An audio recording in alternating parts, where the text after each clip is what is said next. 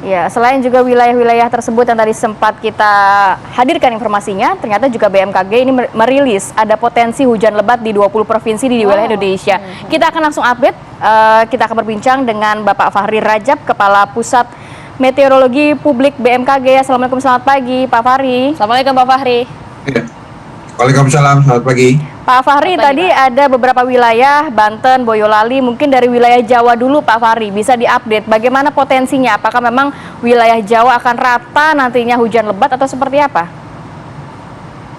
Ya, untuk 3 hari ke depan potensi hujan memang masih cukup rata ya untuk wilayah Jawa, namun intensitas lebih tinggi cenderung terjadi di bagian barat seperti Banten, Jawa Barat ya. Kemudian untuk Jawa Tengah, terutama di Jawa Tengah bagian selatan, Jawa Timur juga itu relatif lebih tinggi intensitasnya. Namun secara umum memang merata potensi hujan bisa terjadi dengan intensitas sedang hingga lebat dalam 3 hari. Oke, tapi Pak Fahri, tapi kemudian apakah hujan deras ini akan melanda sejumlah wilayah tadi Anda sebutkan ini dalam betul-betul 1 hari penuh atau memang sebenarnya ada prediksi lain? Oh iya, kalau distribusi waktunya memang tidak full sehari hujan terus gitu, enggak ya. Ada jedanya. Intensitas lebih tinggi cenderung terjadi pada siang menjelang sore hari. Kemudian malam menjelang dini hari itu relatif lebih tinggi potensinya dibanding periode waktu lain.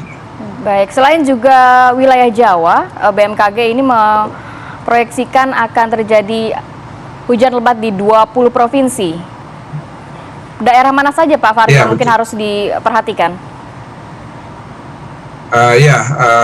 Dalam perkembangan terakhir memang Sumatera, hampir sebagian besar Sumatera ya, terutama yang di sisi barat ya, seperti di Aceh, Sumatera Utara, Sumatera Barat, Bengkulu, Sumatera Selatan, Lampung ya, kemudian kalau Jawa tadi ya bagian besar Jawa.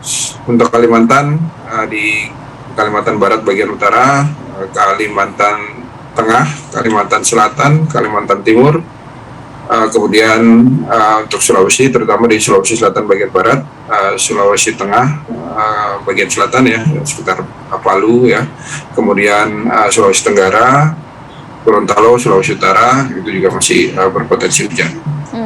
Tapi apakah ada kemudian cuaca ekstrim lainnya ini mengakibatkan beberapa dampak bencana Pak di beberapa daerah agar bisa tidak hanya pemangku wilayah saja tapi masyarakat juga bisa waspada? Ya, jadi hujan dengan intensitas sedang hingga lebat dan kadang disertai dengan angin kencang ini berpotensi menimbulkan bencana hidrometeorologi ya, seperti banjir bandang, longsor. Nah, ini yang perlu kita waspadai dampak dari hujan lebat ini terhadap bencana hidrometeorologis tadi. Ya, ini apakah memang sudah di puncaknya Pak untuk cuaca ekstrim atau mungkin sebenarnya di bulan Februari bisa lebih buruk lagi? Iya, saat ini di bulan Januari Februari ini sebagian besar wilayah Indonesia memang sedang dalam periode puncak musim hujan ya. Sebagian besar wilayah Indonesia dalam puncak musim hujan kecuali Maluku dan sebagian Papua ya.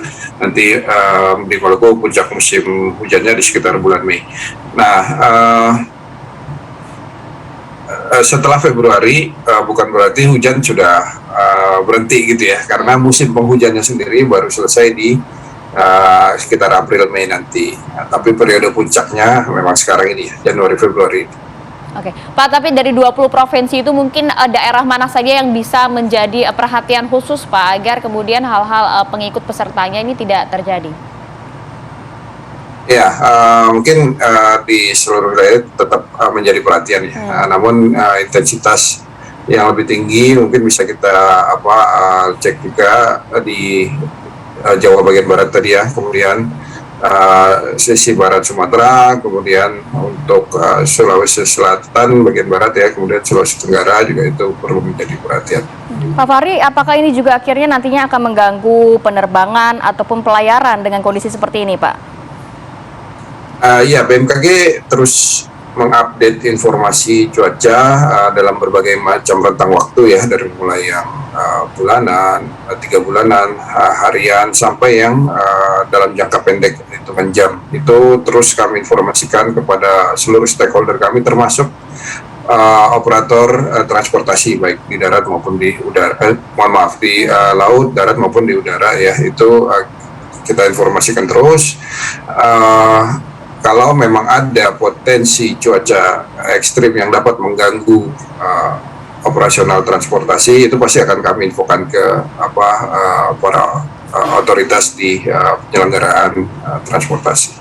Para pemangku wilayah juga tentunya diberikan informasi serupa kan, Pak? Oh, tentu. Jadi BMKG baik di pusat maupun di daerah ya, kami ada di setiap provinsi ada kantor BMKG, itu selalu berkoordinasi dengan pemerintah daerah setempat dan juga dengan TNI, Polri, BPBD, itu kita tetap koordinasi. Ya. Pak, tambahan informasi juga Pak, apakah juga kemudian itu intensitasnya akan kalah lama? Kalau tadi kan kita lihat di wilayah Boyolali misalnya, sebenarnya hujan lebatnya itu hanya nggak nyampe 1 jam. 45 menit 45 menit durasinya. Ya, tipikalnya memang hujannya lebat tapi durasinya pendek gitu ya. Tapi di periode puncak musim hujan seperti sekarang, hujan dengan durasi lama itu lebih berpotensi terjadi, walaupun setelah deras habis itu hujan tapi gerimis saja gitu ya, itu masih berpotensi terjadi. Cuma yang perlu diwaspadai memang yang intensitas lebat dalam durasi pendek tadi. Tapi untuk wilayah DKI Jakarta sendiri Pak, akankah juga hujan lebat atau seperti apa? Ya, untuk Jabodetabek masih ada potensi Mbak, mulai dalam beberapa hari ke depan ya, terutama di bagian selatan, seperti Bogor, Depok ya, itu potensi hujannya masih cukup tinggi, terutama pada siang menjelang sore dan juga malam menjelang dini hari. Tapi di beberapa wilayah kalau di Jabodetabek ini juga intensitasnya cukup panjang juga Pak, atau bagaimana? Ya, kalau dilihat dari durasi memang cukup panjang, namun yang intensitas cukup lebatnya di siang menjelang sore tadi Mbak, sama malam dini hari itu relatif lebih tinggi dibanding pagi misalnya ya, atau siang atau sore itu ya, maksudnya awal malam itu relatif lebih rendah. Mungkin apa yang mau disampaikan oleh BMKG dengan kondisi seperti ini, himbauan kepada masyarakat Indonesia Pak? Ya, saat ini kita masih dalam periode puncak musim hujan. Hujan dengan intensitas sedang hingga lebat masih berpotensi terjadi dan dapat berpotensi mengakibatkan bencana hidrometeorologi. Ini perlu menjadi kewaspadaan bagi kita semua.